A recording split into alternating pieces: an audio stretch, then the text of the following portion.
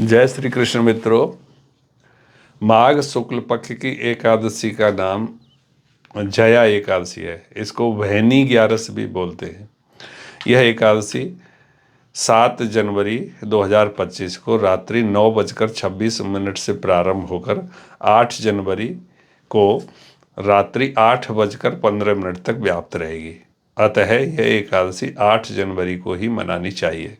इस बार यह एकादशी सभी के लिए, वैष्णव, स्मार्त, निम्बार्क, सभी संप्रदायों के लिए एक ही दिन का योग बन रहा है। अतः प्रत्येक व्यक्ति को यह एकादशी का व्रत 8 जनवरी को ही करना चाहिए। जैसा कि आप सभी जानते हैं कि एकादशी का व्रत सभी व्रतों में सबसे महान व्रत है। एकादशी का व्रत करने से महान पुण्यों की प्राप्ति होती है। एकादशी के दिन अन्न का त्याग करना चाहिए। निराहार व्रत रख सकते हैं। अगर निराहार व्रत नहीं रख सकता है तो एक बार का आहार बिना अन्न के कर सकते हैं, जिसमें कंद, फल जो ज़मीन के नीचे लगते हैं जैसे आलू, और दूध आहार या कुछ जो समा का चावल होता है उसका आहार कर सकते हैं।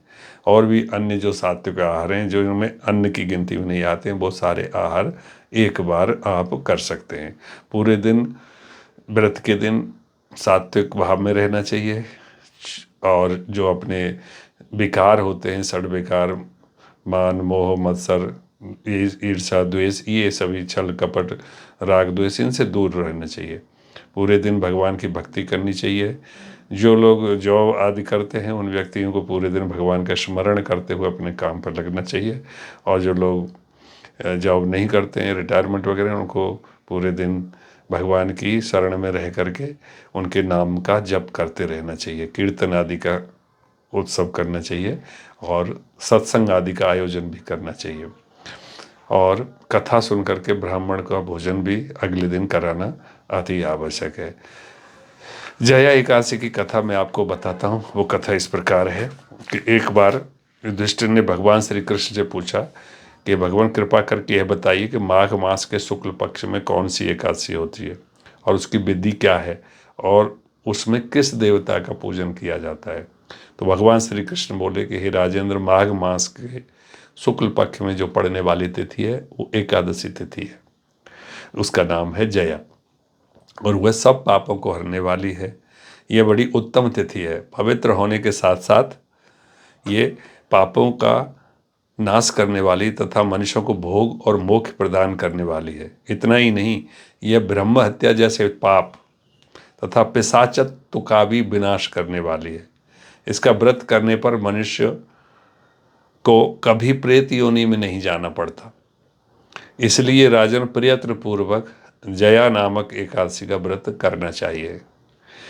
तो भगवान श्री कृष्ण एकादशी का महत्व बताने के बाद युधिष्ठिर महाराज को इसकी कथा सुनाते हैं कि प्राचीन समय की बात है कि स्वर्ग लोक में एक देवराज इंद्र राज्य करते थे। देवगण पारिजात वृक्षों से युक्त नंद नंदन में अप्सराओं के साथ विहार कर रहे थे।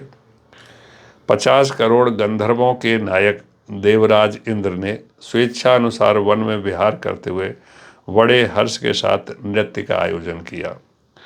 गंधर्व उसमें गान कर रहे थे, जिनमें पुष्पदंत, चित्रसेन तथा उसका पुत्र, ये 3 प्रधान थे। चित्रसेन की स्त्री का नाम मालिनी था। मालिनी से एक कन्या उत्पन्न हुई थी जो पुष्पवंती के नाम से प्रसिद्ध थी। पुष्पदंत गंधर्व को एक पुत्र भी था जिसको लोग माल्यवान कहते थे। माल्यवान पुष्पवंती के रूप पर अत्यंत मोहित था। ये दोनों भी इंद्र के संतोषार्थ नृत्य करने के लिए आए थे। इन दोनों का गान हो रहा था। इनके साथ अप्सराएं भी थीं। परस्पर अनुराग के कारण ये दोनों मोह के वशीभूत हो गए। चित्त में भ्रांति आ गई, इसलिए वे शुद्ध गान नहीं गा सके। कभी ताल भंग हो जाता तो कभी गीत बंद हो जाता था। इंद्र ने इस प्रमाद पर विचार किया और इसे अपना अपमान समझकर वो कुपित हो गए। अतः इन दोनों को शाप देते हुए बोले कि अरे मूर्खो, तुम दोनों को धिक्कार है। तुम लोग पतित और मेरी आज्ञा भंग करने वाले हो, अतः पति पत्नी के रूप में रहते हुए तुम दोनों पिशाच हो जाओ। ये भगवान इंद्र ने उनको श्राप दे दिया। इंद्र के इस प्रकार शाप देने पर इन दोनों के मन में बड़ा दुख हुआ। वे हिमालय पर्वत पर चले गए और पिशाच योनि को पाकर भयंकर दुख भोगने लगे। शारीरिक पातक से उत्पन्न और ताप से पीड़ित होकर दोनों ही पर्वत की कंदराओं में विचरते रहते थे। एक दिन पिशाच ने अपनी पत्नी पिशाची से कहा कि हमने कौन सा पाप किया है जिससे ये पिशाच योनि प्राप्त हुई। नरक का कष्ट अत्यंत भयंकर है तथा पिशाच योनि भी बहुत दुखकारी है, अतः पूर्ण प्रयत्न करके पाप से बचना चाहिए। इस प्रकार चिंता मग्न होकर ये दोनों दुख के कारण सूखते जा रहे थे। दैव योग से उन्हें माघ मास के शुक्ल पक्ष की एकादशी की तिथि प्राप्त हो गई, जो जया नाम से विख्यात है। यह तिथि सब तिथियों में उत्तम है। उसी दिन उन दोनों ने सब प्रकार के आहार त्याग दिए, जलपान तक नहीं किया और किसी जीव की हिंसा नहीं की, यहाँ तक कि खाने के लिए एक फल तक नहीं काटा। निरंतर दुख से युक्त होकर वे एक पीपल के समीप बैठे रहे। सूर्यास्त हो गया। उनके प्राण हरने वाली भयंकर रात्रि आ गई। उन्हें नींद नहीं आई। वे रति या और कोई सुख भी नहीं पा सके। सूर्योदय के समय द्वादशी का दिन आया। इस प्रकार उस पिशाच दंपत्ति के द्वारा अनायासी जया के उत्तम व्रत का पालन हो गया। उन्होंने रात में जागरण भी किया था। उस व्रत के प्रभाव से भगवान विष्णु अत्यंत प्रसन्न हो गए और भगवान की शक्ति से और उनकी कृपा से उन दोनों का पिशाचत्व दूर हो गया। पुष्पवंती और माल्यवान अपने पूर्व रूप में आ गए और उनके हृदय में वही पुराना स्नेह उमड़ रहा था। उनके शरीर पर पहले जैसे ही अलंकार शोभा पा रहे थे। ये दोनों मनोहर रूप धारण करके विमान पर बैठे और स्वर्ग लोक में चले गए। यह वहाँ देवराज इंद्र के सामने जाकर दोनों ने बड़ी प्रसन्नता के साथ उन्हें प्रणाम किया। उन्हें इस रूप में उपस्थित देखकर इंद्र को बड़ा आश्चर्य हुआ। उन्होंने पूछा, बताओ किस पुण्य के प्रभाव से तुम दोनों का पिशाचत्व दूर हुआ है?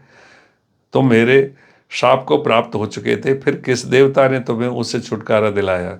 माल्यवान बोला, हे स्वामी, भगवान वासुदेव की कृपा तथा जया नामक एकादशी के व्रत के कारण हमारा पिशाचत्व दूर हुआ है। इंद्र ने कहा, तो अब तुम दोनों मेरे कहने से सुधापान करो। जो लोग एकादशी के व्रत में तत्पर और भगवान श्री कृष्ण के शरणागत होते हैं वे हमारे भी पूजनीय होते हैं। इसलिए इंद्र ने उनको बड़ा स्वागत करके सुधापान करने के लिए किया। भगवान श्री कृष्ण कहते हैं, हे राजन, इस कारण एकादशी का व्रत करना चाहिए। नृपश्रेष्ठ, जया एकादशी ब्रह्म हत्या का पाप भी दूर करने वाली है। जिसने जया का व्रत किया है उसने सब प्रकार के दान दे दिए और संपूर्ण यज्ञों का अनुष्ठान कर लिया। इस महात्म के पढ़ने और सुनने से अग्निष्टोम यज्ञ का फल मिलता है। इस प्रकार भगवान श्री कृष्ण ने युधिष्ठिर जी को जया एकादशी की यह कथा सुनाई और ये कथा मैंने आप लोगों को सुनाई, मैंने भी सुनी। आप सभी लोग इस व्रत का प्रयत्नपूर्वक पालन करें और कल सुबह प्रातः सूर्योदय के पश्चात 11 बजे तक किसी भी समय आप इसका पारण कर सकते हैं, क्योंकि कल पूरे दिन त्रयोदशी है। कहा जाता है कि त्रयोदशी के पहले त्रयोदशी समाप्त होने से पहले पारण अवश्य कर लेना चाहिए। तो इस बार कोई हड़बड़ी की आवश्यकता नहीं है। बड़े आराम से कल आप पारणा जो है प्रातः से लेकर के दोपहर से पहले कर लेनी चाहिए, क्योंकि दोपहर बाद भी क्योंकि व्रत का खोलना थोड़ा सा ठीक नहीं माना जाता, इसलिए मध्याह्न के पहले व्रत खोल लेना चाहिए। आप सभी को लोग भगवान श्री कृष्ण की कृपा प्राप्त हो, आप सभी स्वस्थ रहें और इसी तरह एकादशी के व्रतों का पालन करते हुए स्वर्गलोक को भगवान के सानिध्य धाम में हम सभी लोग जाएं, ऐसी मेरी प्रार्थना है। अगर आपको मेरा चैनल अच्छा लगता है तो कृपया इसको सब्सक्राइब अवश्य कर लें। इस चैनल का उद्देश्य सिर्फ सत्य की प्रचार करना है भारतीय सद्ग्रंथों, सद्विचार और सत्य के साथ हम हमेशा खड़े हैं। जय श्री कृष्ण।